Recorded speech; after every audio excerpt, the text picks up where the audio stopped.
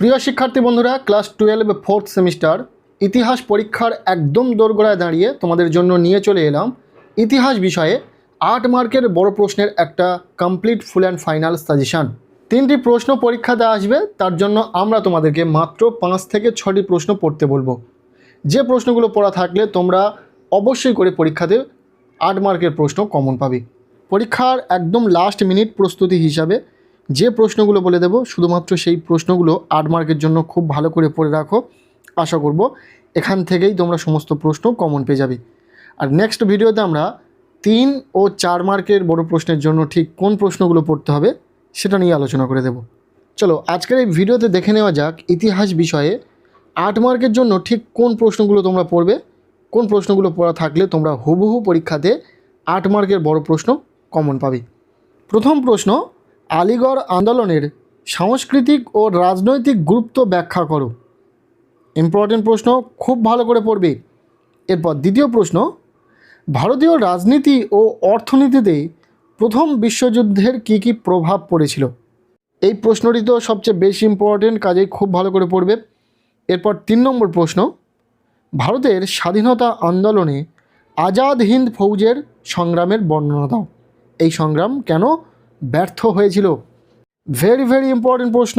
এরপর 4 নম্বর প্রশ্ন, 1946 খ্রিস্টাব্দের নৌ বিদ্রোহের কারণ ও গুরুত্ব লেখো। নৌ বিদ্রোহ দিয়ে একটি প্রশ্ন তোমাদের পরীক্ষাতে অবশ্যই থাকবে। যদিও তোমরা 8 মার্কের প্রশ্নে নৌ বিদ্রোহ না পাও, তাহলে 4 মার্কের বড় প্রশ্নের নৌ বিদ্রোহ তোমাদেরকে লিখতেই হবে। নৌ বিদ্রোহ নিয়ে প্রশ্ন থাকবেই থাকবে, কাজেই এই প্রশ্নটিকে খুব ভালো করে পড়বে। এরপর 5 নম্বর প্রশ্ন, 1885 খ্রিস্টাব্দ থেকে 1905 খ্রিস্টাব্দের মধ্যে কংগ্রেসের নরমপন্থীদের দাবি দাওয়াগুলি কী ছিল তা লেখো। এই প্রশ্নটি একটু ঘুরিয়ে দিতে পারে। ভারতের জাতীয় কংগ্রেসের নরমপন্থীদের 1885 থেকে 1905 খ্রিস্টাব্দ পর্যন্ত কার্যকলাপ আলোচনা করো, এদের ব্যর্থতার কারণগুলি উল্লেখ করো। এইভাবেও প্রশ্নটি আসতে পারে, খুব ভালো করে পড়ে রাখো। এই পরপর 5টি প্রশ্ন তোমরা খুব ভালো করে পড়ো। এখান থেকে আমরা নিশ্চিত যে অবশ্যই করে তোমরা প্রশ্ন কমন পাবে।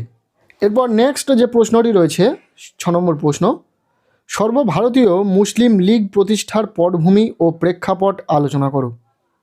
এর সাথে 1940 খ্রিস্টাব্দে মুসলিম লীগের লাহোর অধিবেশনের গুরুত্ব কী ছিল। পরীক্ষাতে কিন্তু কাটা প্রশ্ন হবে, 4 + 4 = 8 এইরকম কিন্তু প্রশ্ন হবে।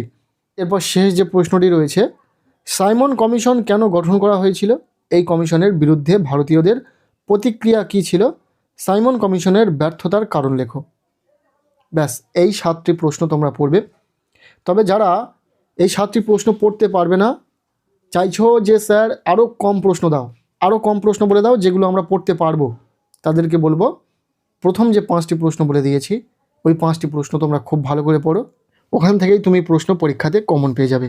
তবে যারা ইতিহাস পরীক্ষাতে ভালো রেজাল্ট করবে তাদের জন্য তো আর শুধুমাত্র ওই 5টি প্রশ্ন পড়লে হবে না, তাদেরকে এই 2টি প্রশ্নও পড়তে হবে। মোট 7টি প্রশ্ন দেওয়া হলো, যেগুলো তোমরা 8 মার্কের প্রশ্নের জন্য পড়ো। এর মধ্যে থেকে বেশ কয়েকটি প্রশ্ন কিন্তু 4 মার্কের জন্য পরীক্ষাতে এসে যেতে পারে, কাজে প্রতিটা প্রশ্ন কিন্তু পড়বে, কোনো প্রশ্ন বাদ দেবে না। আর যাদের অলরেডি এই প্রশ্নগুলো পড়া রয়েছে, শুধুমাত্র তাদের জন্য 2টো এমন প্রশ্ন শেয়ার করব যেগুলো তোমাদের 4 মার্কের পরীক্ষাতে আসতে পারে। তো একবার দেখে রাখো, যদি সম্ভব হয় পড়ে যেও।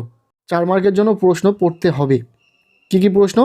অহিংস অসহযোগ আন্দোলনে ভারতীয় নারী সমাজের ভূমিকা আলোচনা করো। আর শেষ যেটা রেখেছি এখানে মূলত একটি কোনো প্রশ্ন নয়, এখানে বেশ কয়েকটি টিকার কথা বলা হয়েছে। সিমলা দ্বৈত, সাম্প্রদায়িক বাঁটোয়ারা নীতি, মরলে মিন্টো সংস্কার আইন।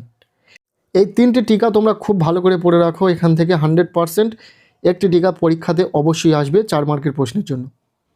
তো এই ছিল ইতিহাস বিষয়ে 8 মার্কের বড় প্রশ্নের একটা complete full and final suggestion.